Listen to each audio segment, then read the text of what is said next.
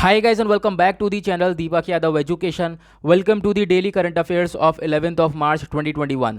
तो आज है तारीख 11 मार्च 2021। आज की तारीख से जितने भी मोस्ट इंपॉर्टेंट करंट अफेयर्स बनेंगे उन सभी करंट अफेयर्स को हम लोग डिटेल में डिस्कस करेंगे। नाउ बढ़ते हैं आगे।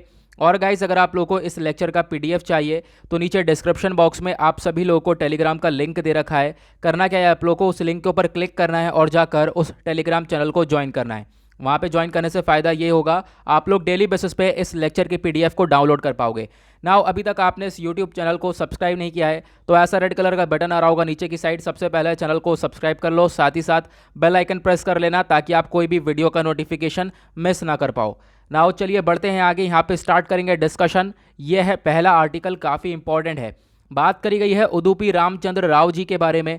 तो गूगल ने इनका 89th बर्थडे सेलिब्रेट किया है। कैसे किया, कल आप लोगों ने देखा होगा। अगर आपने गूगल पे कोई चीज़ सर्च करी होगी तो वहाँ पर गूगल पर देखो डेली बेसिस पे ये थीम चेंज होता है। तो कल गूगल पर ये उसका थीम था।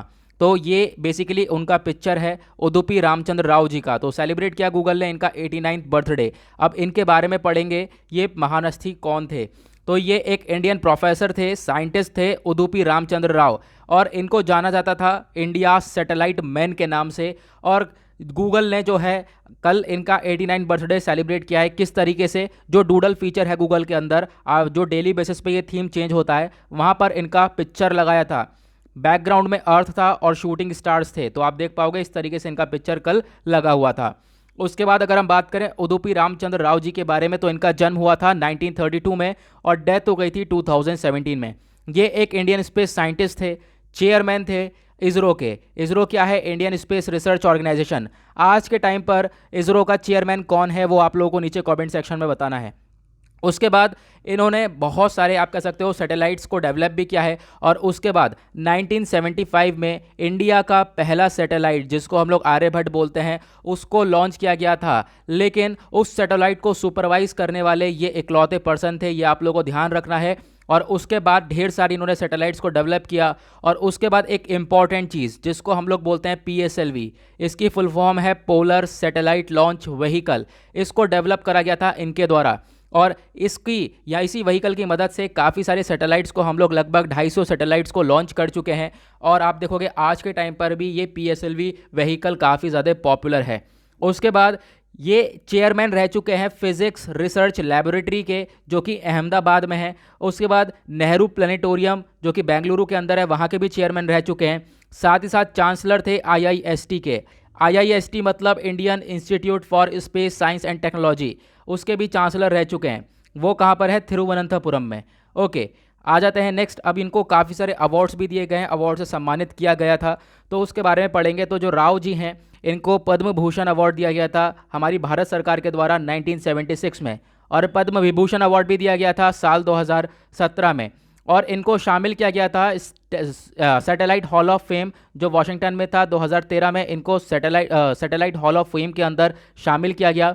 और इसी के साथ ये पहले व्यक्ति बन गए थे जो कि इस तरीके के किसी ऑर्गेनाइजेशन के अंदर ये शामिल हुए थे।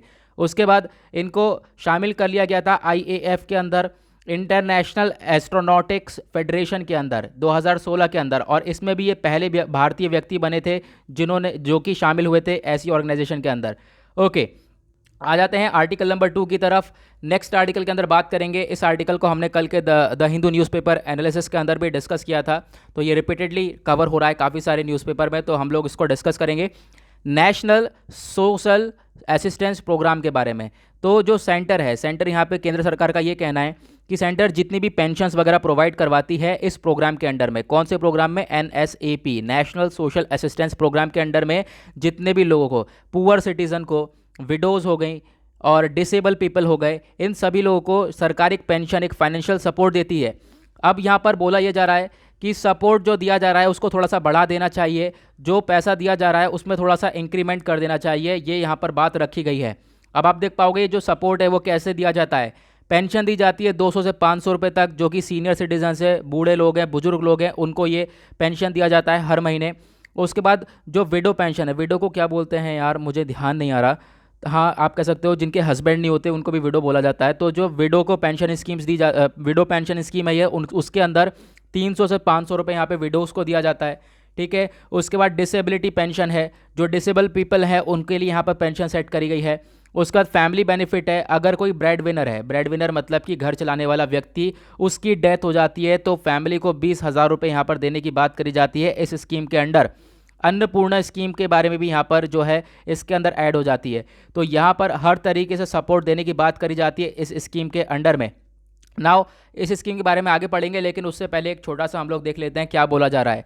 जो ये कमिटी है, एक कमिटी बनाई गई है, ऑब्जर्व करी गई है under the National Social Assistance Programme, और इसमें डिसाइड करा गया है कि जो ये स्कीम के अंदर पैसा आज के टाइम पर दिया जा रहा है, फाइनेंशियल सपोर्ट दिया जा रहा है, इसको बढ़ा देना चाहिए जिससे कि आने वाले टाइम पे और लोगों को थोड़ी सी ज़्यादा हेल्प मिल सके।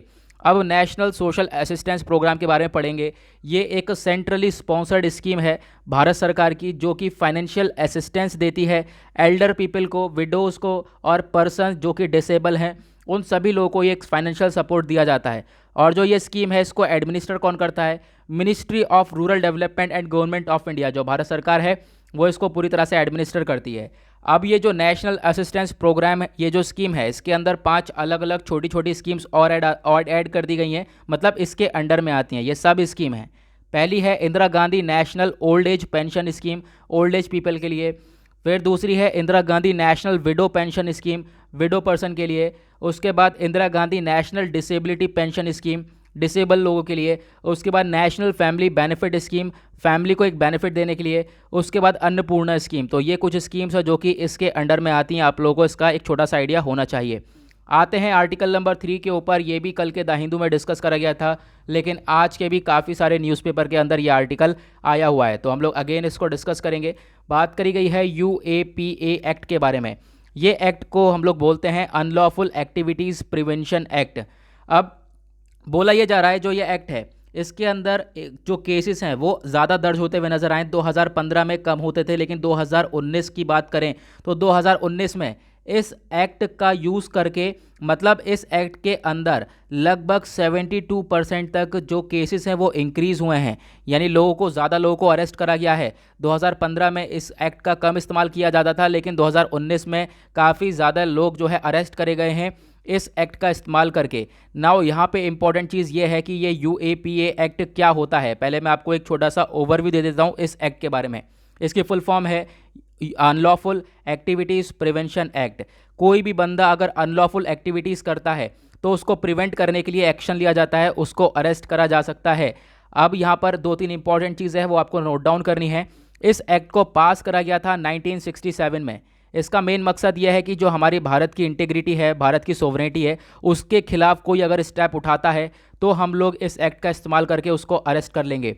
और ये भी याद रखना है, इस एक्ट के अंदर डेथ पेनल्टी भी है, साथ ही साथ लाइफ इम्प्रिजमेंट भी है, यानी कि साल भर के लिए भी आपको सज़ा मिल सकती है, और डेथ यानी कि आपको फांसी की सज़ा भी मिल सकती है। और उसके बाद ये जो एक्ट है ये इंडियन के साथ साथ फॉरेन के ऊपर भी यहाँ पे एप्लीकेबल होता है, यानी कि अगर यहाँ पे फॉरेन ये काम करेगा तो फॉरेनर के खिलाफ भी ये काम हम लोग ये एक्ट इस्तेमाल कर सकते हैं। उसके बाद यहाँ पे एक इम्पॉर्टेंट चीज़ ये है, 2004 के अंदर इसके अंदर अमेंडमेंट किया गया था और एक बदलाव ये लाया गया, जो UAPA एक्ट है इसके अंदर टेररिस्ट एक्ट को ऐड कर दिया गया, मतलब अब हम लोग टेररिज्म के खिलाफ भी स्टेप उठा सकेंगे। उसके बाद 1-2 इंपॉर्टेंट चीज़ और है वो हम लोग आगे देखेंगे। यहाँ पे आप देख पाओगे ये बोला जा रहा है कि यहाँ पे कितने कितने केसेस रजिस्टर्ड हुए हैं उसके बारे में बताया गया है, जो कि आपके लिए काम का नहीं है, बट काम का था ये अनलॉफुल प्रिवेंशन एक्ट। तो इसके बारे में मैंने आप लोगों को बता दिया। नाउ यहाँ पे बात करेंगे जो केसेस होते हैं UAPA के अंदर, इसको इन्वेस्टिगेट करा जाता है राज्य की पुलिस के द्वारा, और दूसरा जो कौन है वो है नेशनल इन्वेस्टिगेशन एजेंसी। ये बहुत इंपॉर्टेंट है, इसके द्वारा भी यहाँ पे केसेस को इन्वेस्टिगेट करा जाता है।